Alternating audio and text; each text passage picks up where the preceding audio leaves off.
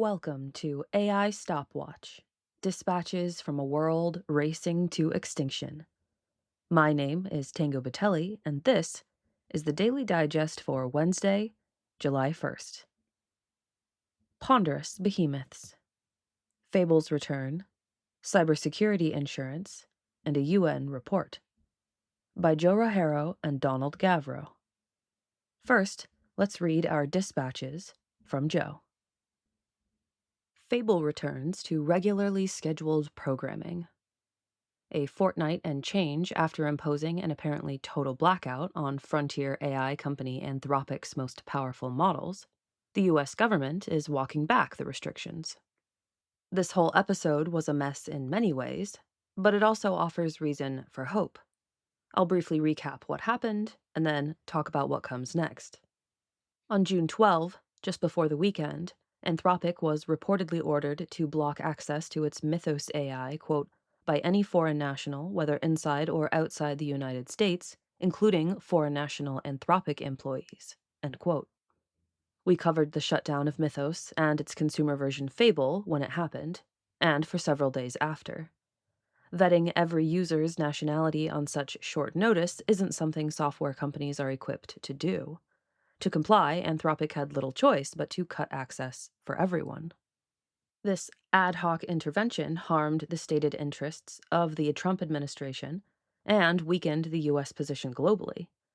It was a slap in the face to allies, many of whom turned to Chinese AI to reduce their dependence on American models. It likely interfered with the U.S. government's own use of Mythos for defense. It sent mixed messages to the AI labs, who just 10 days earlier had been asked by executive order to participate in a wholly voluntary federal evaluation program for AIs before release. And it was apparently precipitated by an Amazon report saying Mythos could be used to find certain vulnerabilities in code, which is something everyone paying attention already knew. Indeed, that's part of what makes Mythos useful to defenders.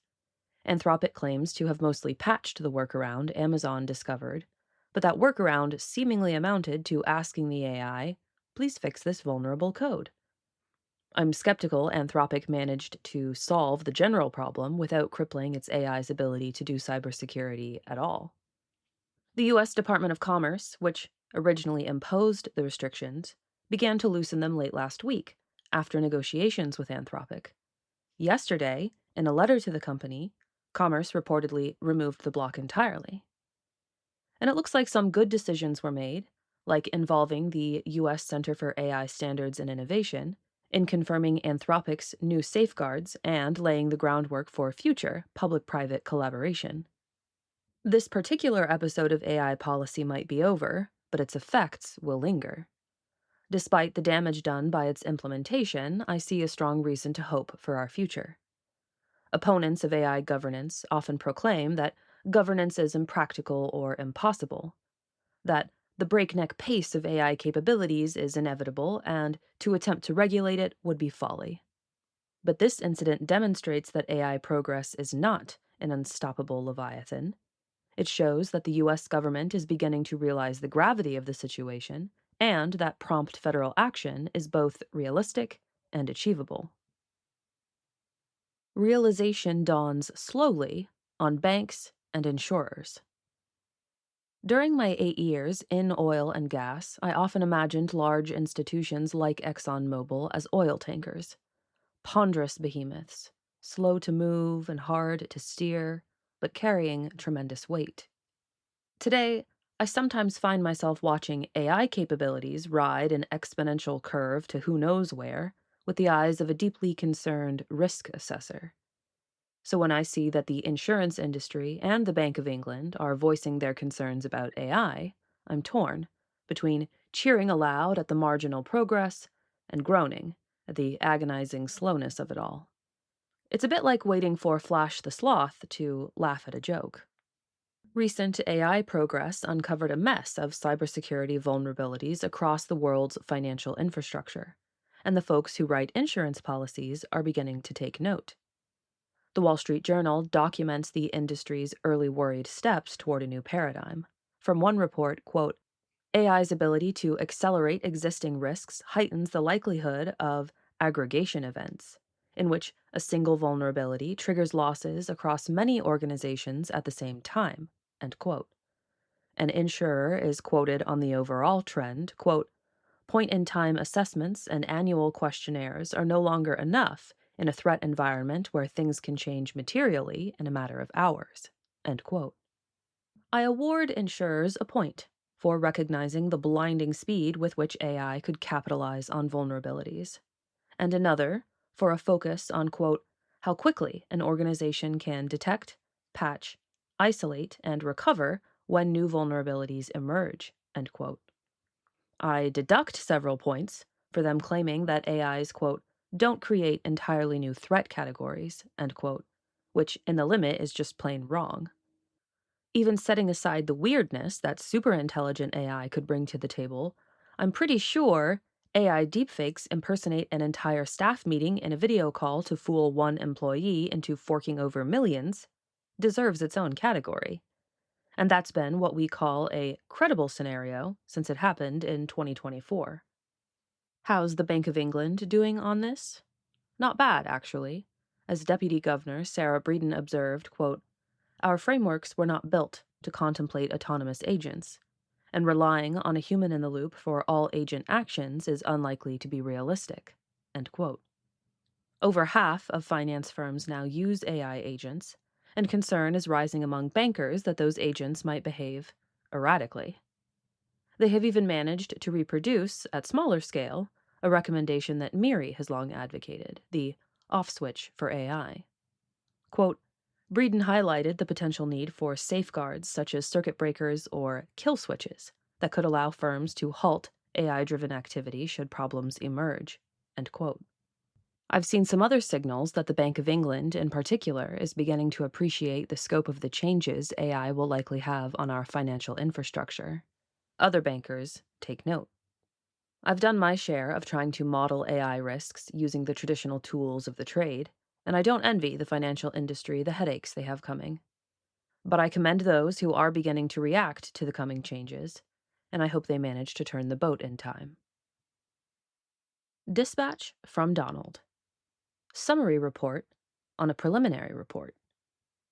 There's a limit to what you can say without sounding like a radical. That limit, called the Overton window, is getting a nudge in Geneva, Switzerland, where the first ever UN Global Dialogue on AI governance will be held next week. The Global Dialogue's remit is an observation by the UN Secretary General, quote, the world cannot govern what it cannot understand, end quote. Reuters' Olivia Lepoidvin covers a preliminary report, which you can read for yourself, that will be presented to governments at the Global Dialogue. The report was written by a scientific panel of 40 scientists and other experts from a variety of backgrounds. Miri made a short submission to the Global Dialogue, along with over 1,500 other organizations. Superintelligence gets a passing mention in the preliminary report, which acknowledges, at considerable length, loss of control as a potential hazard. It also lists various ways that AI capabilities are advancing more rapidly than our ability to monitor, measure, or control those capabilities. Several times it calls for international coordination. Yoshua Bengio, the most cited living scientist and co-chair on the independent panel that produced the preliminary report, said, quote, AI capabilities are outpacing both scientific understanding and governments' ability to adapt.